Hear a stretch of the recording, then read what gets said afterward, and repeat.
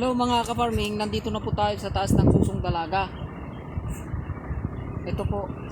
Pero sa kapila po, mahirap naman pong pupunta ron kasi yung hagdan. Ayan po yung isa.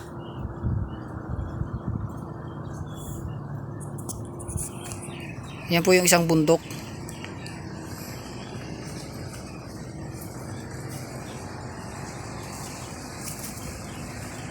Ayan, pagkaparehas po sila ng taas dito sa pinuntahan namin.